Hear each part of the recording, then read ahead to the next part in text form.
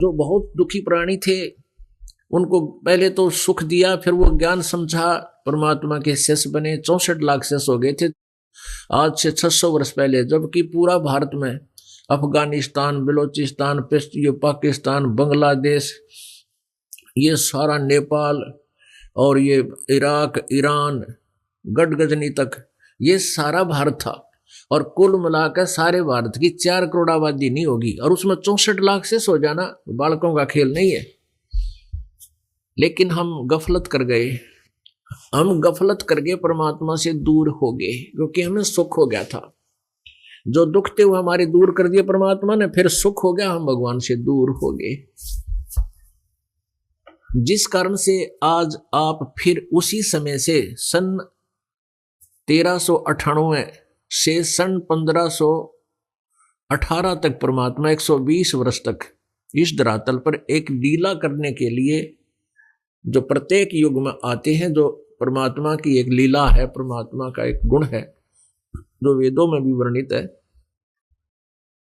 वो ऐसा करते हैं अपना ज्ञान देने के लिए। एक जनसाधारण की तरह काम करते हैं, जनसाधारण की तरह अपना कर्म करके, निर्वाह करके एक रोल करते हैं, भूमिका करते हैं, एक एग्जाम्पल कोड करके चले जाते हैं कि सुयोग्य शिष्य में कैसे गुण होने चाहिए, सुयोग्य नागरिक में कैसे गुण होने चाहिए, और तत्वदर्शी संत कैसा होता है, परमात्मा क्या क्या लीलाएं करता है, वो सारी क्रियाएं वो सब परमात्मा ये कर्म करके प्रमाणित करके जाते हैं। वो ऐसा ही करते हैं, और उसी के विषय में फिर वेद और सदग्रंथ सभी बताते हैं कि प्रभु के ऐसे गुण हैं, वो ऐसा करता है, ऐसे प्रकट होता है। ये वेदों और पुराणों में लिखा हुआ है। तो परमात्मा कबीर जी 600 वर्ष पहले जब आए, 120 वर्ष तक रहे, तो उन्होंने हम सभी को ये ज्ञान दिया। हम उस परमात्मा को समझ नहीं सके, भगवान नहीं मान पाए, परमात्मा से हम दूर हो गए। तो उसी समय से हम वो साधना जो मालिक के चरणों में हमने की थी, उसके आधार से आप जी को मनुष्य शरीर मिलते हुए आ रहे हैं। आज आपके अंदर परमात्मा की कसक बनी हुई थी।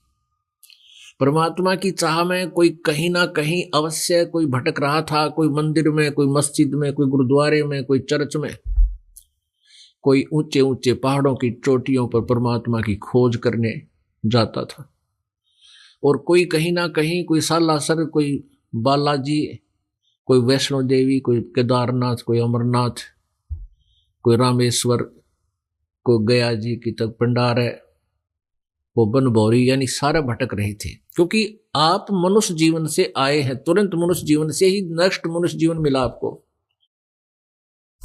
इसलिए आपके अंदर चाह परमात्मा की है। और आप जी का व्यवहार, आप जी के अंदर एक गुण, ये पुराने संस्कारों से विद्यमान है।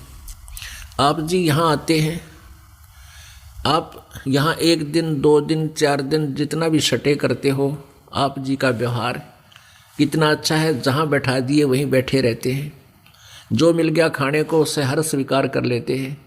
ना इतने आदमी की तक इकट्ठे हो जाए मेले में, गट्टम गुट्टा, गाड़म गाड़ा, 100 प्रकार की बदमाशी शुरू हो जाए, और आप ऐसे बैठे रहते हो जैसे देव पुरुष बैठा करते हैं, क्योंकि आपके पिछले मनुष्य जीवन से आए हुए हो। और मनुष्य जीवन से आए हुए प्राणी के एक मानुष जैसे गुण होते हैं, और आप में चाह है भगवान की, आप परमात्मा के लिए तरफ रहे थे, और उस परमेश्वर ने फिर रजा आप पर कर दी, यो मार्ग फिर से मिल गया। और कुछ ऐसे प्राणी होते हैं, मनुष्य जीवन प्राप्त है, लेकिन वो परमात्मा की तरफ ध्यान नहीं देते। उनको कितना कह ले, कितना समझा ले, कति नहीं माने। गुट्टी लावेंगे, हुक्का पाड़ेंगे हैं, और सिनेमा देख लेंगे, और की तो बकवाद कर लेंगे, और कितना धंधा करवा ले वो कर लेंगे, लेकिन वो राम नाम नहीं रट सकते, वो परमात्मा की चर्चा भी नहीं सुन सकते, क्योंकि वो मानव शरीर से नहीं आए हैं। वो 84 लाख योनियां भोग के टर्न वाइज मनुष्य शरीर प्राप्त है ऐसे प्राणियों को, जो परमात्मा के नाम से चिढ़ते हैं और कहते भगवान है नहीं, और ऐसे 100 प्रकार के उदाहरण देकर अपने आप को सेट किए बैठे। तो वो मानव शरीर से नहीं आए हैं, वो पिछले जन्म से कोई किसी पशु पक्षी या जड़ दुनी के शरीर से छोड़कर आए हैं। तो ऐसे व्यक्ति, उनको कितना ज्ञान समझा ले, भक्ति करा नहीं करते और ना सुना करते, वो सुन लेंगे काना पर घटाने जाएंगे। जैसे आप प्रत्येक परिवार में देख लीजिए, कुछ एक परिवार तो ऐसे हैं जो पूरा का पूरा परिवार मालिक के चरणों में आ गया है, कुछ परिवार के ऐसे हैं जो इसमें 1-2 सदस्य नाम ले रखे हैं, 3 सदस्य कतई नहीं सुनते, विरोध और करते हैं, गालियां देते हैं उनको। तो वो जड़ दुनी से आए हुए प्राणी हैं या पशु पक्षी के प्राणी शरीर से आए हुए प्राणी हैं जो परमात्मा के ज्ञान को सुनना नहीं चाहते। एक घर में पिताजी ने नाम ले लिया, बेटा लेता नहीं।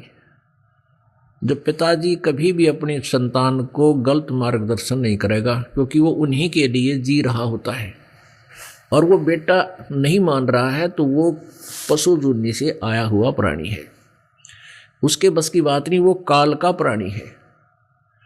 और जो अच्छी आत्माएं हैं जो परमात्मा की शरण में कभी रही हैं, वो कोयल के बच्चे हैं, और जो जड़जूनी से आई हैं वो काल के बच्चे हैं, काग के बच्चे हैं, वो काल प्रेरित हैं, उनके अंदर वो प्रवेश होना बड़ी डिफिकल्ट है। वो तो जाएगा लेकिन बहुत समय लगता है।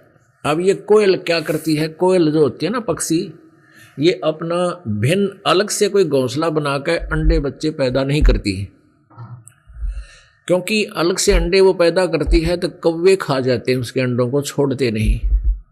तो क्या चतुरता करती है, वो उन काग के अंडों में, घोंसले में जहाँ मादा कौवे ने अंडे दे रखे होते हैं, उत्पन्न कर रखे होते हैं घोंसले में, वो कोयल वहीं पर अपने अंडे उत्पन्न कर देती है। जब मादा कौवी कहीं चुग्गा चरने चली गई होती है, वो ताक में रहती है। अब जब वो कौवी आती है वापस, वो देखती है कि 4 अंडे हो गए, ये पहचान नहीं पाती तेरे कौन से हैं और दूसरे कौन से हैं। तो इस डर से कि कहीं मैं अपने अंडों को ही ना डाल दूं नीचे या खराब कर दूं, तो उन 4 को ही से लेती है, 4 को ही परवरिश कर देती है, 4 में से बच्चे निकाल देती है। और वो कोयल देखती रहती है कि मेरे बच्चे इसमें अंडे में हैं, बच्चे बन गए, उसकी दृष्टि रखती है। जब वो बच्चे कुछ फुदफुदाने लग जाते हैं, उड़ने लग जाते हैं, वो देखती रहती है। जब वो बच्चे उड़ने लायक हो जाते हैं तो दूर वृक्ष पर बैठ के कोयल अपनी प्यारी प्यारी बोली बोलती है। कोयल के बच्चे अपनी माँ की बोली को तुरंत पहचान जाते हैं और ऐसे ऐसे करने लग जाते हैं। फिर वो बार बार बोलती है तो उड़कर उस कोयल की आवाज़ की तरफ वो उसके बच्चे उड़कर चल पड़ते हैं। कोयल क्या करती है, वहाँ से उड़कर चल पड़ती है और वो आवाज़ लगाती हुई चलती है। उसके बच्चे साथ साथ बहुत दूर निकल जाते हैं। कुछ देर तो वो कौवी उन बच्चों के पीछे उड़ती है, मेरे बच्चे गए, मेरे बच्चे गए, लेकिन वो बहुत दूर चले जाते हैं, वापस आ जाती है, कहीं दूसरे बच्चों को हानि ना हो जा, उनका पीछा छोड़ देती है। और जो कौवे वाले बच्चे होते हैं, काग वाले, वो नहीं परवाह करते, वो देखते भी नहीं उसकी बोली की तरफ। कोयल वालों ने अपनी माँ की बोली को पहचान लिया और उसके साथ चले गए। तो ऐसे ही वो प्राणी जो एक ही परिवार में 4-5 सदस्य हैं, जिनमें से 2-3 ने नाम ले लिया है, 2 नहीं ले रहे हैं, यही समझो काग और कोयल के, उन्होंने कभी किसी जन्म में भक्ति नहीं की। वो टर्न वाइज उन्होंने मनुष्य जीवन प्राप्त है। एक समय कागभूषण नाम के एक भक्त ने अपने मित्र गरुड़ को अपनी आत्मकथा सुनाई। क्या बताया, अब गरुड़ जी ने पूछा कागभूषण से कि हे कागभूषण, हे भूषण जी, आपने इतनी अच्छी साधना, ऐसी भक्ति, ऐसी उपलब्धि कैसे प्राप्त हुई। तब कागभूषण बताता है कि गुरुदेव, मेरी बहुत लंबी कहानी है, अब उसको याद करता हूं तो मेरे रोंगटे खड़े हो जाते हैं, मैं कितना नीच प्राणी था। क्या बताता है कि मेरे असंख्यों मनुष्य जीवन मैंने बर्बाद कर दिए, किसी जन्म में भक्ति नहीं बनी, कभी टर्न वाइज नंबर मनुष्य का आता था, ऐसे बकवादों में मैं खो देता था। इसी प्रकार 84 लाख योनियां भोगने के उपरांत परमात्मा के विधान अनुसार मुझे मानव जीवन प्राप्त हुआ।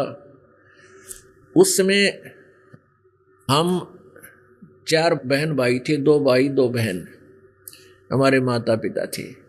जब मैं सबसे बड़ा था, मेरी आयु 20 वर्ष की थी। उस समय उस क्षेत्र में बहुत अकाल गिर गया। मेरी आंखों के सामने हाहाकार करके मेरा भाई, मेरी बहनें, मेरे माता पिता भूख के मारे तड़प तड़प कर प्राण छोड़ गए। मैं शरीर में तगड़ा था, भूख को सहन कर ली मैं नहीं मर पाया। आसपास का क्षेत्र उजड़ गया कति। मैं उस क्षेत्र को छोड़कर अमंतका नगरी में आ गया और वहां पर अकाल नहीं था। पेट भर कर रोटी खाई, भोजन खाया। फिर सोचने लगा कि हे परमात्मा, ये क्या जीवन है। कल तक तो हम हंस खेल रहे थे, हमारा बड़ा पूरा परिवार था, और आज मैं अकेला रो रहा हूं। ना भाई है, ना बहन है, ना माँ, ना पिता। फिर मैंने एक मंदिर के अंदर एक पंडित जी भगवान शिव की कथा कर रहा था, सत्संग कर रहा था। मैं वहां चला गया।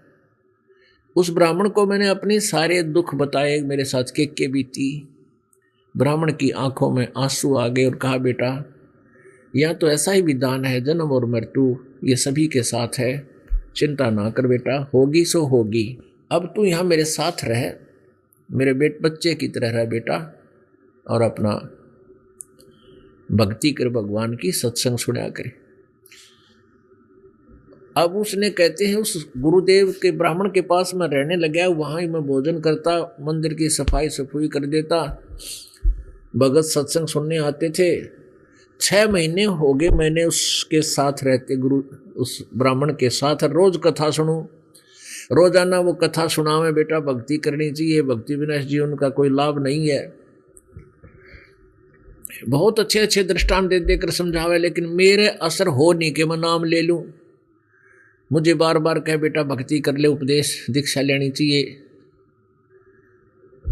तो वो कहता, मेरे मन में रुचि नहीं बने कि मैं उपदेश ले लूं, गुरु बना लूं, भक्ति कर लूं। कारण क्या है? तुलसी पिछले पाप से हरि चर्चा न भावे, जैसे जवर के बेगते भाई भूख विदा हो जावे। जैसे किसी को बुखार हो, मलेरिया हो गया हो, उसको भोजन अच्छा नहीं लगता, न तो रोटी अच्छी लगती है, काजू किशमिश, मनुखा दाख को भी कहता मुझे अच्छी नहीं लगती, कड़वी लगती है। सेब संतरे भी वो नहीं खा पाता क्योंकि उसको वो कड़वी लगती हैं। प्रतिदिन आहार करने वाला भोजन, रोटियां भी कड़वी लगती हैं। तो पुण्यात्माओं, ना रोटी कड़वी, ना मनुखा दाख कड़वी, ना सेब और संतरे कड़वे।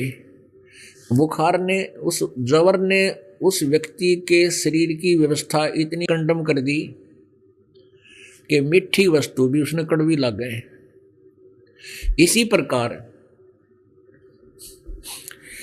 पाप कर्मों के भूख जवर के कारण, पिछले जन्म जन्मांतर के पापों के दबाव से उस प्राणी को, जिसको परमात्मा की भक्ति और ज्ञान रूपी सत्संग रूपी मनुखा दाख कड़वी लगती है, तो उसके पाप कर्मों ने उसके अंतःकरण को इतना खराब कर दिया, वो मीठी वस्तु भी, मीठा पदार्थ भी कड़वा लग रहा है। अब उसका ट्रीटमेंट क्या है, उपचार क्या है? कि जैसे मलेरिया हो जाता है, मलेरिया रोग को नाश करने के लिए कड़वी कुनीन खानी पड़ती है, ना रुचि हो तो भी खानी पड़ेंगी। उनके खाने से ही वो मलेरिया जवर समाप्त होगा और फिर पुनः उसको भूख लगेगी, स्वस्थ होगा। पुण्यात्माओं, यही तरीका है। प्रारंभ में परमात्मा की चर्चा पिछले संस्कारियों को तो अच्छी लगती है, लेकिन जिनके संस्कार अच्छे नहीं होते और पीछे अच्छे भी संस्कार हैं लेकिन पाप कर्म ज़्यादा है, उनको भी ये डिफिकल्टी आ जाती है। तो उनके लिए तरीका बताया है कि परमात्मा की वाणी अच्छी ना लगे तो भी सुनता रहे, क्योंकि ये कानों के माध्यम से अंदर जाती है, अंदर जाकर कुनीन की तरह अपना कार्य करती है, अंदर के पापों को धो देती है। और कुछ दिनों के बाद आपको इतनी अच्छी लगेंगी ये कथाएं परमात्मा की, 200 से 400 हजार किलोमीटर जाकर आप सत्संग सुना करोगे, क्योंकि आपकी आत्मा स्वस्थ होगी। अब उसको भूख लग रही है। जब अस्वस्थ व्यक्ति स्वस्थ हो जाता है, जबर खत्म हो जाता है, फिर उसको ऐसी भूख लगती है नो डट कर रोटी खाता है, सब्जी भी ना मिले सूखी रोटियां भी खा जाता है, क्योंकि वो स्वस्थ हो गया। तो पुण्यात्माओं, परमात्मा की कथा, परमात्मा की चर्चा उन्हीं पुण्यात्माओं को अच्छी लगती है जो जिनका अंतःकरण स्वस्थ हो चुका है।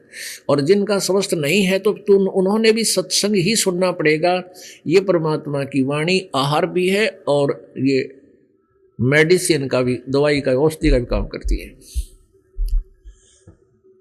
तो 6 महीने हो गए, कहता भूषण बता रहा है गुरु जी को कि मैंने 6 महीने हो गए, गुरु जी रोजाना कहे, मेरे तो प्यार भी कर है, वही मैं आहार करता हूँ, उसी के भंडारे में रह रहा हूँ, लेकिन नाम लेने की रुचि कति नहीं बनी। 6 महीने में जा करके मैंने, मेरी रुचि बनी, मैंने उपदेश लिया। अब पुण्यात्माओं, इस काल ने कई तरह से हमें बना रखा है, व्यवस्थित कर रखा है। हम पहले तो भक्ति करना नहीं चाहते, भक्ति करने लगते हैं तो फिर हमारे अंदर एक और गुण है, मान अभिमान का अवगुण है ये, जिसके कारण हम भक्ति बर्बाद कर लेते हैं। अब काकभूषण ने क्या किया कि 6 महीने तक शिव जी भगवान की जो कथाएं गुरु जी सुनाया करते थे वह सुनता रहा, वह घोट ली, कंठस्थ याद कर ली। और उनकी अच्छी आवाज थी उस लड़के की, भूषण की, और युवा आयु उम्र थी। तो क्या हुआ, जो वहां श्रोता आते थे, जब गुरुजी कहीं स्नान करने चले जाते या कुछ घूमने फिरने चले जाते, कुछ श्रोता वहां बैठ जाते, तो वो कथा सुनाने लग जाता उनके अब्सेंस में। तो वो भगत जन कहने लगे, भाई कमाल कर दिया भूषण जी, आप तो गुरुजी से भी अच्छी कथा सुनाते हो, तो आपकी तो बहुत ही प्यारी आवाज है। उसके अभिमान घर कर गया और वो चौधरी पाक गया, अंडी पाक गया वो। फिर अब काकभूषण अपने सारे बताओ बीती हुई भूषण गुरु जी को कि एक दिन गुरु जी आए मंदिर में और मेरे पास कुछ चेले चपटे बैठे थे, मैं खड़ा नहीं हुआ, अभिमान का मारा, और बैठे बैठे प्रणाम कर दिया। अब गुरुजी ने ध्यान नहीं दिया इन बातों पे, वो तो जाकर अपने भगवान शिव जी के शिवलिंग बना रखा था, उसको वहां उनकी पूजा पाजा करने लग गया। और मैं बैठा रहा, बैठे बैठे दर्शन कर लिए। तो भगवान शिव जी ने ये बात खटकी, आकाशवाणी करी, अरे धुरत, तू अपने गुरु का भी सत्कार नहीं कर सकता पाप आत्मा, तुझे 1 लाख वर्ष नरक में डालूंगा। ये आकाशवाणी गुरुजी ने भी सुन ली, भूषण बता रहा है। अब पुण्यात्माओं कहते हैं, बालक बहुत प्यारा माँ का, उससे बढ़कर शिष्य गुरुओं का। देखो, पिताजी को अपना बेटा बेटी बहुत प्रिय होते हैं, लेकिन माता को माँ से भी, पिताजी से भी 100 गुना लगाव अधिक होता है। और माँ से भी ज्यादा प्रिय शिष्य होते हैं गुरु को, ये सत्कर मान लेना। क्योंकि जब तक बालक, जैसे एक परिवार के 2, 3, 4 बच्चे होते हैं, तो एक आधा बालक ये कह देता है कि माँ या पिताजी आप इसका ज्यादा भेदभाव करते हो, इसको ज्यादा प्यार करते हो। वो उसकी अपनी सोच होती है, लेकिन माता पिता के मन में किसी भी बेटा बेटी में कति अंतर नहीं होता, क्योंकि वो जो माता पिता पद पर हैं वो समझते हैं इस बात को। ऐसे ही जो गुरु पद पर होते हैं उनको अपने शिष्य माँ से भी अधिक प्रिय होते हैं, क्योंकि वो परमात्मा से परिचित होते हैं और बच्चों के भविष्य से भी परिचित होते हैं।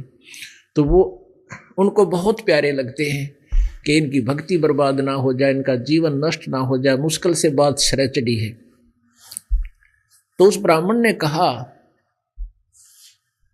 बेटा क्या गलती होगी, भगवान क्यों रुष्ट हो गए थे आपसे, आपको तो बहुत भयंकर श्राप दे दिया। हाथ जोड़कर खड़े हो गए, हे भगवान। गुरुजी प्रार्थना करते हैं, हे गुरुदेव, हे भगवान।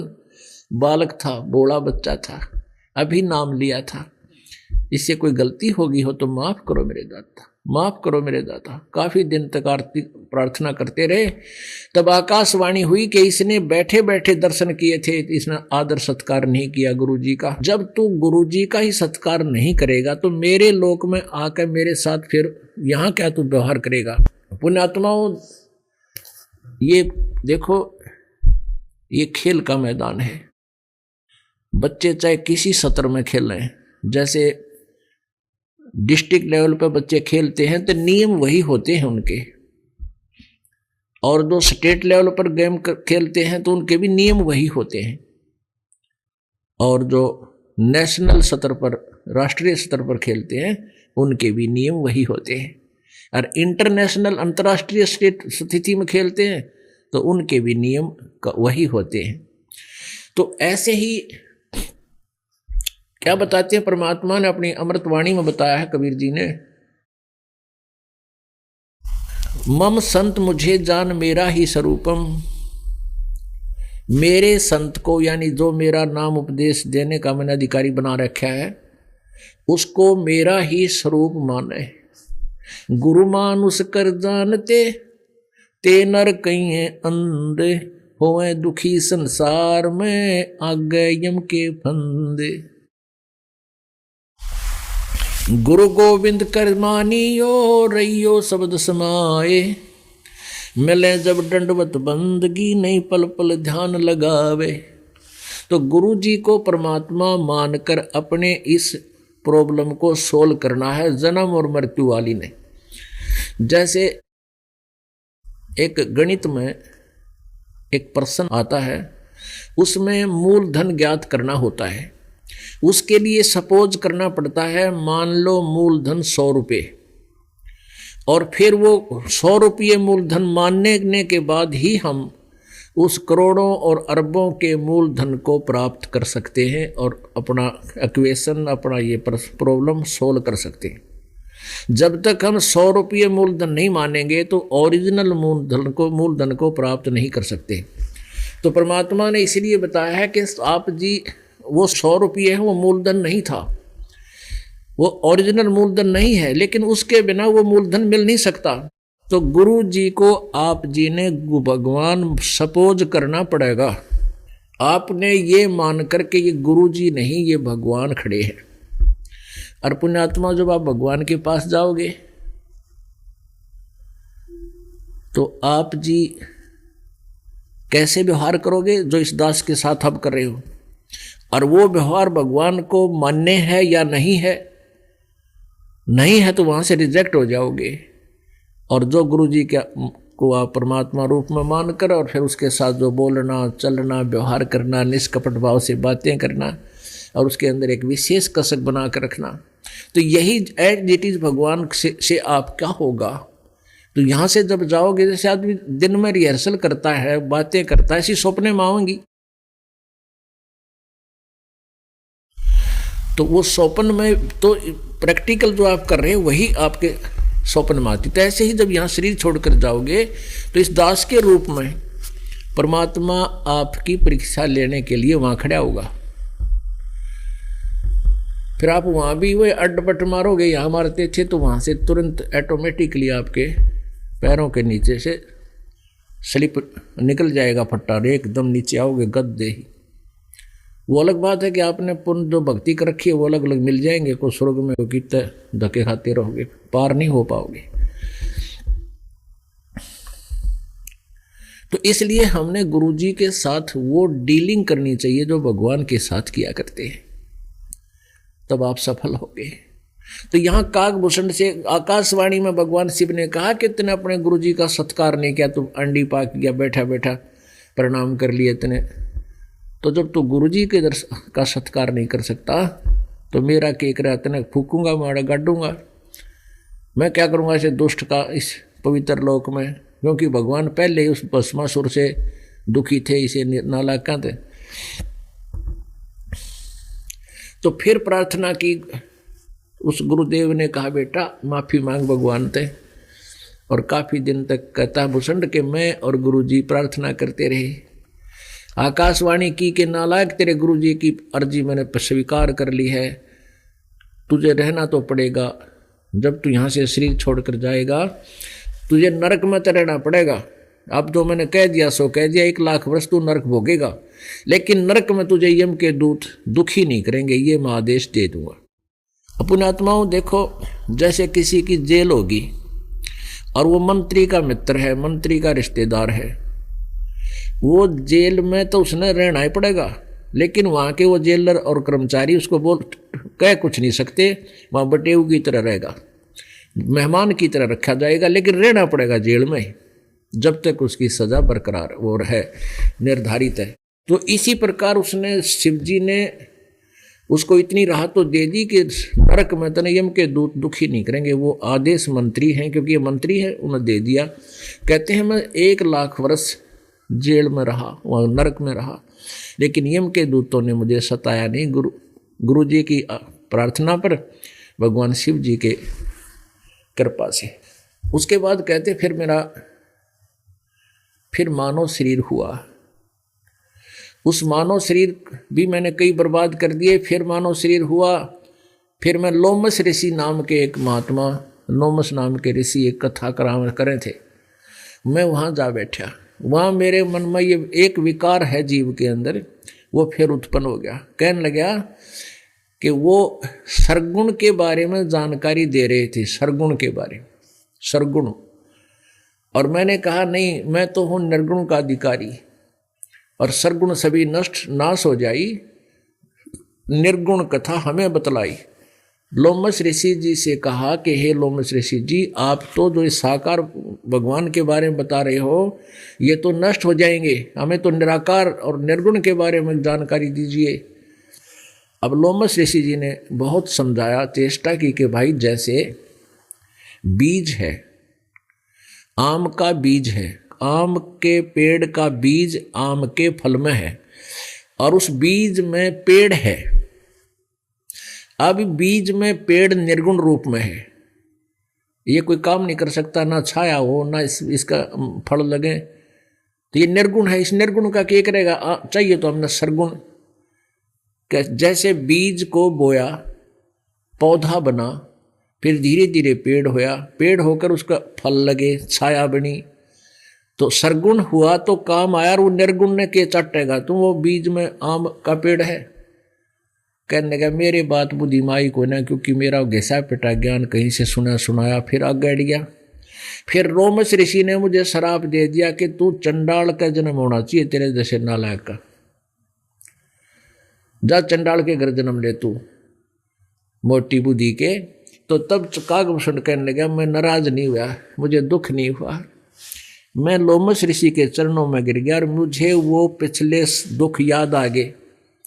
लोमस ऋषि से प्रार्थना की, माफ़ी मांगी, महाराज मुझे गलती होगी, माफ़ कर दो, अपने दास को जन्म तो कहीं दे दो, पर एक आशीर्वाद दे दो मुझे, मेरा कहीं भी जन्म हो मैं भगवान की भक्ति ना भूल पड़े।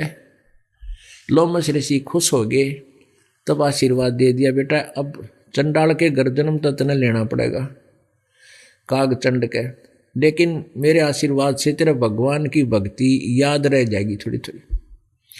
तो फिर ऐसा ही हुआ। उसके बाद फिर क्या हुआ कि मेरा काग चंड के घर जन्म हुआ। ये ब्रह्मा की पत्नी जो ब्रह्माणी है, इनके ये हंस इनका एक वाहन है, तो उनकी हंसनी जो है वो रुत पर आई, उसको कागचंड के द्वारा जा करके वो नए कराई। तो कहते उसके बाद मेरा जन्म हुआ, उनके संयोग से कागचंड के और हंसनी से मेरा जन्म हुआ। और फिर नीचे का शरीर तो मनुष्य जैसा है, लेकिन मुंह कौवे जैसी है, ऊपर का शरीर कौवे का है, बाकी शरीर मनुष्य जैसा है, कागभूषण का। कहने लगे फिर मैं उसके बाद मुझे जोगजीत नाम के संत मिले, परमात्मा कबीर परमेश्वर जी चारों युगों में आते हैं, प्रत्येक युग में एक एक नाम उनका सुप्रसिद्ध होता है। जैसे सतयुग में सतसुकृत ऋषि नाम से, त्रेता में मुनिंदर ऋषि नाम से, द्वापर में करुणामय ऋषि नाम से और कलयुग में कबीर परमेश्वर नाम से वो परमात्मा सुप्रसिद्ध हुए। लेकिन अन्य रूप बनाकर भी वो प्रकट होते रहते हैं और उस समय भी वो ज्ञान प्रचार और समझाते रहते हैं। तो ऐसे वो परमात्मा जोगजीत नाम से सतयुग में आए हुए थे और उससे फिर कहते हैं मैंने उनका ज्ञान विचार सुना, उनसे काफ़ी देर तक डिस्कस की। फिर उन्होंने जो सृष्टि रचना मुझे सुनाई उसके बाद मेरी होश हवास उड़ गए, चरण पकड़ दिए। प्रभु ऐसी ज्ञान तो किसी ने आज तक सुनाया नहीं। और उनसे मैंने दीक्षा ली, तब मेरी ये स्थिति आई है, तब मैं ऐसी मेरी भक्ति बनी है और मेरी लंबी आयु होगी। तो पुण्यात्माओं, कहाँ से बीज पड़ा उसकी भक्ति का? पहले तो कहते असंग जन्म चले गए, मैंने याद भी कौन किया परमात्मा। फिर स्टार्ट कहाँ से हुई, फिर गलती बन गई, फिर नरक भी हो गया, फिर जन्म हुआ, फिर बकवाद कर दी है, और फिर धीरे धीरे आखिर में रोग कहाँ कटा? उस परम पिता परमात्मा के चरणों माने से, उसके सच्चे ज्ञान से, उसकी सच्ची भक्ति से। अब आपको उस परमात्मा की अमर वाणी में ये ज्ञान सुनाते हैं। अमर वाणी सुनाते हैं आपको। बूझे गरुड़ भूषण बियाना, मोह से भेद कहो विधि नाना। वचन सुशील दृष्टि अनुरागा, देवतों की देह द्वार मुख कागा। कलंगी तीन शीस पर साजय, शब्द कुलाहल हर्ष निवाजय। मधुकर बैन सुनत हो शांति, कहो भूषणिया की उत्पाती। श्रवण सुमरत वचन उमेदा, दाम रसायन सब तन भेदा। बचन सुनत सुख होत आनंदा, भेद कहो निज परमानंदा। कमल कपोल मधुर बन तेरे, सुनते शब्द कटे पाप मेरे। आज अनादि कथा विस्तारा, मोह को भेद कहो तत्सारा। परम भेद कहो बहुभांति, मिटे हमारे मन की कांति। कौन देश को नगर निदाना, कहो भूषण आदि परमाणा। कौन पिता को जननी जाम्या, कौन कुली कौन वंश बखाना। अरवन वर्ण कला परवेशा, तुमरी महिमा कर है शेषा। जल स्वरूप कुछ तरंग न तेजम, इंद्री जीत चढ़े मन से जम। ब्रह्म निरूपण निर्गुण भेखा, कहो भूषण मोय आद संदेशा। चंद्र का तेज सूरज की किरणा, जासे अधिका तुमरा वर्णा। कौन कलागत रूप स्वरूपा, तिमर मेट उजियारा धूपा। सुनो भूषण तुम अकल अनूपा, भेद कहो परमानंद जूका। कह भूषण तुम सुनो खगेसा, तो से भेद कहूँ परवेशा। अब गरुड़ जी ने पूछा कि आपके पास बैठने से मुझे ऐसी शांति आती है, मैंने कहीं नहीं देखा। और आपका ऐसा चेहरा है, आपके दर्शन से ही आनंद होता है। आपने ऐसी उपलब्धि कैसे हुई, ये पूरी विस्तार से मुझे बताने का कष्ट करें। अब काकभूषण कहता, कह भूषण तुम सुनो खगेशा, तो से भेद कहूँ परवेशा। अपने आत्मा परमात्मा कबीर जी अपनी प्यारी आत्मा गरीबदास साहिब जी छुड़ानी वाले जिला झज्जर हरियाणा वाले को मिले। उनको ये ज्ञान दिया जो स्वयं 600 वर्ष पहले बताया करते थे। और इनको हम अविद्वान कहा करते थे, ये अनाड़ी लोग, ये अनाड़ी ऋषि, मैं ऋषि ब्राह्मण, कि वो क्या जाने भाषा के बारे में, संस्कृत के बारे में। अब देखिए भाषा का कैसा रोग सा काट रखा, कितनी अच्छी तरह भाषा बोल रखी है। कह भूषण तुम सुनो खगेशा, तो से भेद कहूँ परवेशा। खगेश, अब यह खगेश भाषा संस्कृत की है। खग माने पक्षी, खगेश पक्षियों के राजा, पक्षियों के स्वामी खगेश। गरुड़ जी को काकभूषण कह रहे हैं कि सुनो खगेशा, हे पक्षीराज, अब मैं जो बता रहा हूं उसको सुनो। कह भूषण तुम सुनो खगेसा, तो से भेद कहूं परवेसा। शंख कल्प जुग गए बिहाई, पूर्व जन्म की कथा सुनाई। कहते मेरे शंखों कल्प बीत गए या धके खाते न, और बहुत से जन्म बर्बाद हो गए, पूर्व जन्म की मैं कथा सुनाता हूँ। शंख कल्प जुग हो गए, जामन मरण जिहान। जन्म मरण में इस संसार में शंखों जन्म बीत गए। जन्म पूर्व ला तुझे कहूँ, सुनो खगेश सुजाने। सुनो गुरुड़ मेरा आज संदेशा, भिन्न भिन्न भेद कहो खगेसा। शंख जन्म पूरब पैमाला, गए जो मिथ्या नहीं संभाला। कहते मेरे मनुष्य जीवन शंखों मनुष्य जीवन बर्बाद चले गए, उनमें भक्ति स्टार्ट नहीं हुई, प्रारंभ नहीं कर पाया। शंख जन्म पूरब पैमाला, गए जो मिथ्या नहीं संभाला। अवधपुरी एक नगर निधाना, जहां अवतार धरे मोरे प्राणा। अवधपुरी में मेरा जन्म हुआ। 20 वर्ष की उम्र पुनीता, मात पिता भय काल सनीपा। पड़ा काल दुर्भिक्षता ही, पृथ्वी डोल गई रे भाई। कहते इतना भयंकर काल गिरा, कहते धरती हलगी, वहां पर हाहाकार मच गई। पड़ा काल दुर्भिक्ष अपारा, मनुष्य मनुष्य का करे आहारा। मनुष्य को मनुष्य खाने लागे, भूखे मरते एक दूसरे के बुड़के भर ले, और आखिर में मर गए। पड़ा काल दुर्भिक्ष अपारा, मनुष्य मनुष्य का करे आहारा। अन्न का नहीं आहार प्राणी, पड़ा काल दुर्भिक्ष अमानी। अवधपुरी हम तजी खगेसा। मेरे माता पिता मर गए, सारा परिवार समाप्त हो गया। उसके बाद कहते मैंने वो अवधपुरी को छोड़ दिया। अवधपुरी हम तजी खगेसा, ताही समय गए मालू देसा। मालू देश में गए। पुरी अवंती लीना बासा, जावा नहीं अन्न की तरासा। अवंतिकापुरी में मैं चला गया, वहां अकाल नहीं था।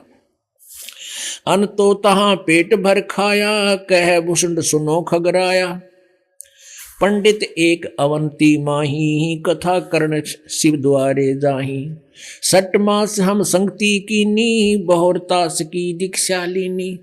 6 महीने तक उसका साथ किया, तब मैंने दीक्षा ली उनसे। टहल करत जिस पंडित केरी, गुरु चेले का भाव गनेरी। स्वामी करण गए स्नाना, पूजा अर्पण धूप ध्याना।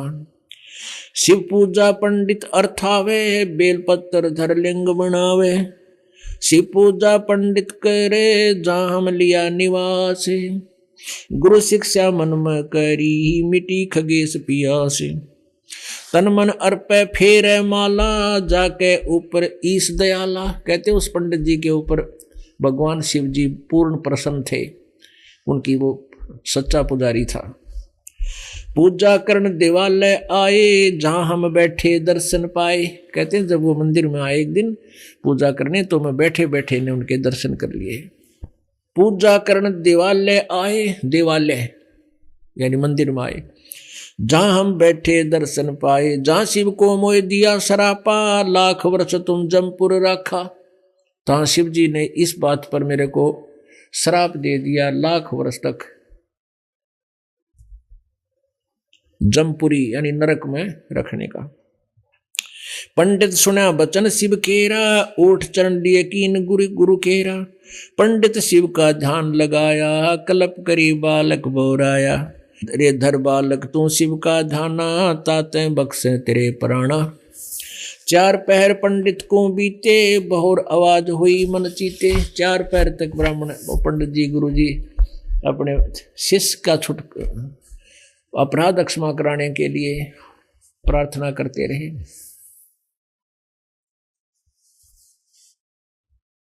चार पहर पंडित को बीते, बहुर आवाज हुई मन चीते। मेरा वचन न खाली जाई, जम के लोक चलो रे भाई।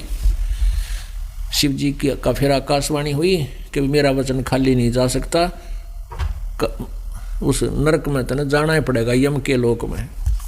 बहुर दरा पंडित तब ध्याना, बख्शो साहेब या के प्राणा।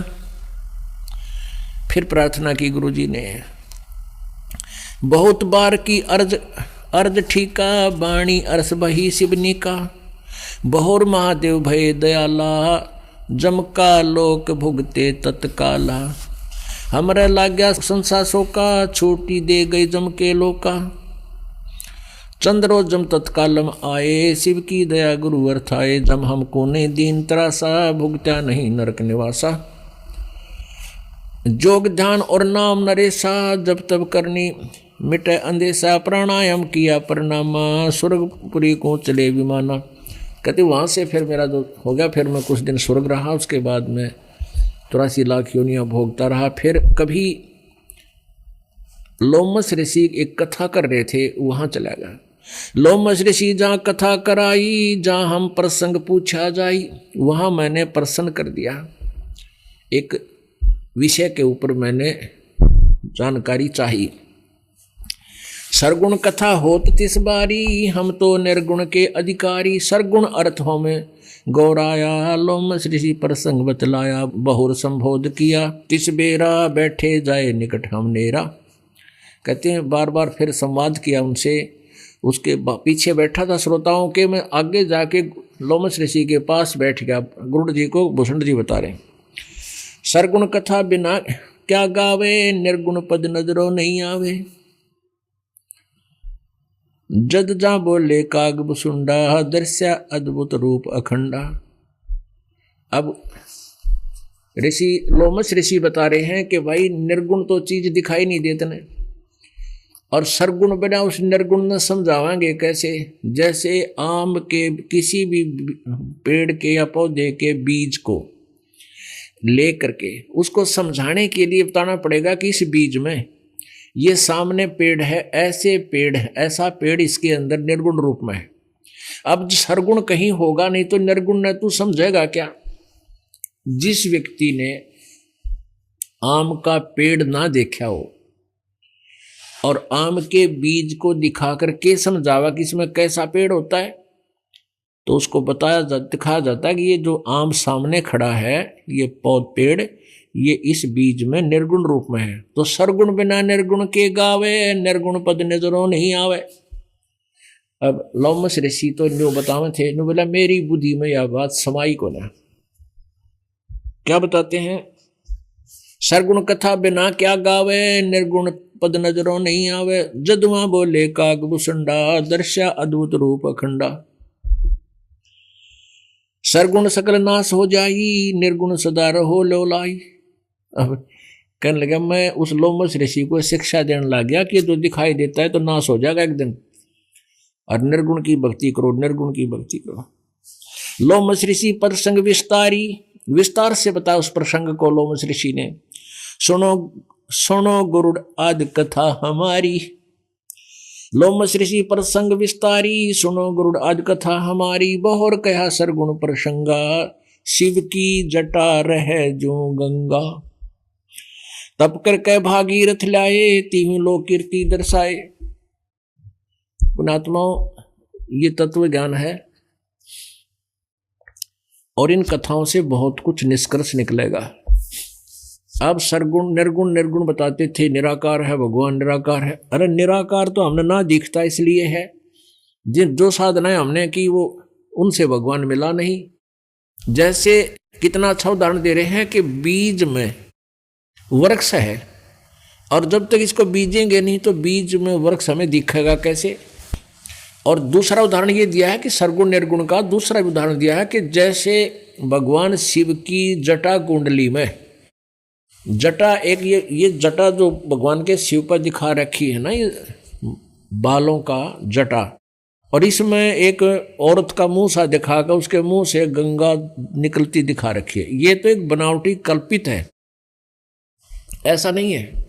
भगवान शिव के लोक में एक जटा कुंडली, एक डैम है, बहुत बड़ा सरोवर, बहुत बड़ा। यो प्रत्येक लोक के अंदर, जैसे शिव के लोक में, विष्णु के लोक में, ब्रह्मा जी के लोक में, सबके लोक में बड़े बड़े सरोवर होते हैं। तो शिव जी के लोक में एक बहुत बड़ा डैम है, उसका नाम जटा कुंडली है। उसका नाम जटा कुंडली डैम है। तो वो सतलोक से गंगा आई थी और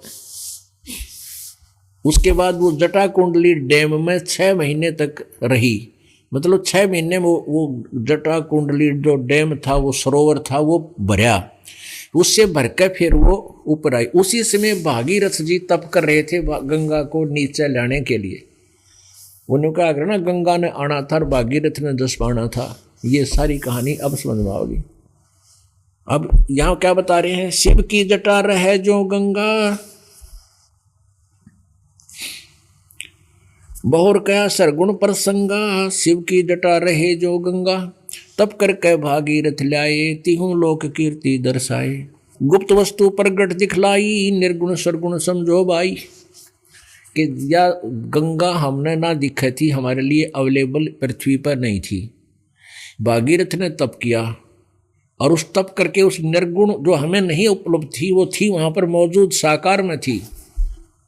और वहाँ से ये गंगा नीचे गिरती है, तो वहाँ से नीचे गिरने से ये वाष्प रूप बन जाती है, वाष्प। और फिर यहाँ इस पर हिमालय के ऊपर आकर के ये बर्फ रूप धारण कर लेती है, और फिर वहाँ से जल बनकर ऐसे निकलती। तो बीच से ये आती नजर नहीं आती आम व्यक्ति को, ये दिव्य दृष्टि से देखी जाती है। और ये गंगा सतलोक से आई है, काल के लोक का ये अमृत नहीं है। पुण्यात्माओं, अब ये बातें याद रखने की हैं कि ये तत्व ज्ञान है, इसमें सब निर्णय होगा। जो अभी तक हम खिचड़ी ज्ञान बनाए बैठे थे, किसी का सिर पैर हमारे पास नहीं था, अब ये सारा सुलझ जाएगा। कहते 9 मन सूत उलझिया, ऋषि रहे जख मारे, सतगुरु ऐसा सुलझा दे, भाई उलझे न दूजी बारे। इन काल ने और काल के दूतों ने, इन झूठे गुरु ऋषि में ऋषियों ने आध्यात्मिक ज्ञान को ऐसा उलझा दिया जैसे 9 मन यानी 360 किलो सूत, ये धागे होते थे पहले, कच्चा सूत काटते थे, वो 1 किलो उलझा हुआ ना सुलझा सारा दिन में। जब उन्हें खींचे तो टूट जा तो गांठ पड़े तो फिर वो कपड़ा नहीं बन सकता, वो व्यर्थ होया। उसको बड़े प्यार से सुलझाना पड़ता था। तो 1 किलो उलझे हुए सूत ने सुलझाने में सारा दिन लाग जाता था दुलाहे का। परमात्मा कहते हैं, ये कबीर परमेश्वर जी कहते हैं कि तुम ये इन अज्ञानियों ने ये आध्यात्मिक ज्ञान रूपी सूत 9 मन उलझा दिया। और कहते सतगुरु ऐसा 9 मन सूत उलझाइया, और ऋषि रहे झकमार, और सतगुरु ऐसा सुलझा दे, उलझे ना दूजी बार। तब ये ऐसा सुलझ जाएगा कबीर परमेश्वर जी की कृपा से, गुरु जी की दया से, इस दास पर रजा करी भगवान ने, तो ये ऐसा सुलझ जाएगा आध्यात्मिक ज्ञान, फिर नहीं उलझ जाएगा इस कलयुग में। जो भक्ति करो चाहे ना करो, कोई ज्ञान में कमी नहीं रहेगी। तो एक सैंपल है ये गंगा उस सतलोक से आई हुई। इसके गंगा के जल को कितने दिन रख दो खराब नहीं होता, क्यों ये कहाँ से आ गई? इस पृथ्वी पर ही चल रहा है, तो ये कहाँ से आई? हमारी बुद्धि यहाँ तक थी, शिव जी की जटा में निकली, फू जो खा रखी नो एक औरत, अरे फुटे भाग मारे। भगवान शिव जी का एक डैम है, और वो सतलोक से जब आई तो 6 महीना में वह भरी थी। वो भर के फिर ओवरफ्लो होना शुरू हो गया। उसी में भागीरथ तप कर रहा था पहले से ही। तो जब ये ऊपर तक पड़ने लगी फालतू होगा, जो भगवान शिव ने कह दी तथास्तु, ले भाई गंगा आ जाएगी। तो ये तो चलती का टोर मारनी है, चलती का टोर मारने वाले। तो ये सतलोक से आई थी शिव फिर शिव के धाम में, शिव के धाम को डैम भर गया 6 महीना, फिर आगे चल पड़ी। अब वो पीछे से चल ही रही है, और वो वहाँ से ओवरफ्लो भी हो ही रहा है। और यहाँ अब ये इस प्रकार ये गंगा आपको उपलब्ध है। लेकिन इस गंगा के पानी से मोक्ष नहीं है। तो ऐसे ऐसे अमृत पदार्थ हैं सतलोक के अंदर, ये सैंपल है वहाँ का। अब क्या बताते हैं गरुड़ यानी कबीर परमात्मा ज्ञान दे रहे हैं इनको सिर्फ कागभूषण और लोमस ऋषि के माध्यम से। बहुर कहा सरगुण प्रसंगा, शिव की जटा रहे जो गंगा, तब कर के भागीरथ ल्याए, तिहु लोक कीर्ति दर्शाए, गुप्त वस्तु प्रगट दिखलाई, निर्गुण सरगुण समझो भाई। और तोड़ कर दिया कि निराकार और साकार समझ लो, निर्गुण और सरगुण। ये वहाँ पर सतलोक में थी गुप्त, यहाँ नहीं आ रही थी, फिर शिव जी के लोक में आई, शिव जी के लोक में थी, यहाँ नहीं पहुंच रही थी, तो ये वहाँ गुप्त थी, वो यहाँ आ गई, ये हमें दिखाई देने लगे, सद्गुण हो गया। लेकिन ये पहले भी एज इट इज इसी रूप में विद्यमान थी। तो ऐसे ही परमात्मा साकार रूप में सतलोक में है, हमें दिखाई नहीं देते, इसलिए हमने उनको निर्गुण मान लिया, निराकार मान लिया। और वो स्वयं यहाँ आकर प्रकट हुए तो साकार हो गए। गुप्त वस्तु प्रगट दिखलाई, निर्गुण सरगुण समझो बाई, वृक्ष बीज में है सब ठौरा, जब उगे तब दिखे मोरा, डाल पान सब नजरों आया, पंछी केल करते हैं छाया, फल पक्षी नर करें आहारा, या लीला सरगुण विस्तारा, सरगुण भोग किए भगवाना, बहुविधि बिल से संत सुजाना, लोमस ऋषि पर संग सुनाया, दम बिन शंख आवाज न राया, शंख शरीर पवन से गूंजे, आत्मज्ञानी पद को बूझे। अब ये बताया कि जैसे वृक्ष बीज में है सब ठौरा, प्रत्येक बीज में वृक्ष है, लेकिन वो उगेगा जब दिखाई देगा, फिर उसका फल लगेंगे, पक्षी भी खाओगे, मनुष्य भी खाएंगे, छाया भी होगी, यानी वो लाभदायक हुआ। सरगुण बिना निर्गुण किस कामा, निर्गुण बिना ना सरगुण धामा, बर्तन बिना वस्तु का पावे, वस्तु हो तो बर्तन आवे, कह लो मस ऋषि सुनो भूसंडा, जीवन पुष्ट हो तो बिन अंडा, अंड बिना तो पिंड ना होई, पिंड अंड का साक्षी सोई। पुण्यात्माओं, अब सरगुण निर्गुण के बारे में जानकारी देते हुए लोमस ऋषि ने बहुत कुछ समझाया। काकभूषण जी कहते हैं मेरे पल्ले पड़ी नहीं, फिर लोमस ऋषि ने मुझे श्राप दे दिया। आगे क्या बताते हैं, जोगजीत मिला गुरु पूरा, पूर्ण ब्रह्म का सकल जहूरा, फिर उसके बाद मुझे श्राप दे दिया, फिर चंड के घर मेरा जन्म हुआ। उसके बाद जोगजीत मिला गुरु पूरा, पूर्ण ब्रह्म का सकल जहूरा, मोको नाम दान उन दीना, ताते अभय पद में चीना। कहते हैं जो आज मुझे उपलब्धि हुई है ना, लोमस ऋषि से मेरी बात बनी, क्योंकि वो निर्गुण सुरगुणता बता दिया, पर उसके पास मंत्र ठीक नहीं था। फिर मुझे जोगजीत नाम के एक पूरे गुरु मिले, उन्होंने मेरा सारा संशय निवारण किया, जिससे मुझे ये अभय पद मिला। अपने आत्माओं, ये पुराणों की जो कथाएं थी, इनसे हमने अब निष्कर्ष निकालना है। जैसे भगवान शिव जो हैं, ये भी नासवान हैं, इनकी जन्म मृत्यु होती है, और पार्वती जी जो इनकी पत्नी है, उनकी भी मृत्यु होती है।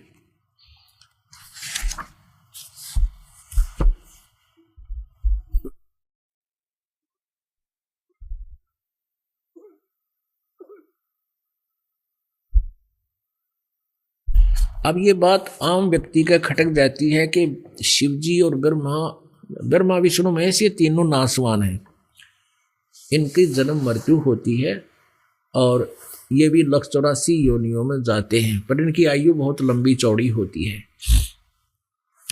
अब ये बात विशेषकर हिंदू समाज के गले नहीं उतरती, इसके लिए थोड़ा सा इसको ना सुगर कोटेड करना पड़ता है, एक प्रमाण देना पड़ेगा, ताकि पुण्यात्मा जो पहली बार सुने विद का नहीं आसानी से स्वीकार कर ले। देखिएगा, ये श्रीमद् देवी भागवत अर्थात देवी पुराण में एक प्रमाण दिखाते हैं।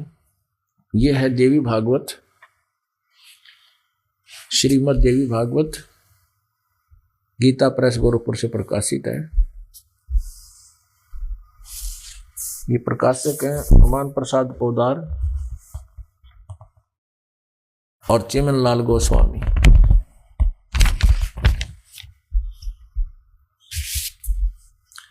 प्रकाशक में मुद्रक हैं गीता प्रेस गोरखपुर, गोविंद मोहन कार्यालय कोलकाता का संस्थान।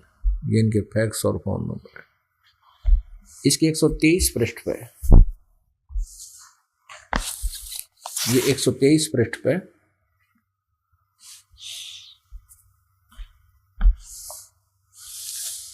तीसरा स्कंद, यहां पर भगवान विष्णु जी अपनी माता दुर्गा की महिमा कर रहे हैं। तुम शुद्ध स्वरूपा हो, यह संसार तुम्ही से उद्भासित हो रहा है। मैं ब्रह्मा और शंकर हम सभी तुम्हारी कृपा से विद्यमान है। हमारा आविर्भाव अर्थात जन्म, तिरोभाव अर्थात मृत्यु हुआ करता है। हमारा तो जन्म और मृत्यु होता है। इससे सिद्ध है कि ये जन्म और मृत्यु होता है, ये अविनाशी नहीं है, खुद स्वीकार करते हैं। केवल तुम ही नित्य हो, जगत जननी हो, प्रकृति और सनातनी देवी हो। भगवान शंकर बोले, देवी यदि महाभाग विष्णु तुम्हीं से उत्प्रगट हुए हैं तो उनके बाद उत्पन्न होने वाले ब्रह्मा भी तुम्हारे बालक हुए, फिर मैं तुमको लीला करने वाला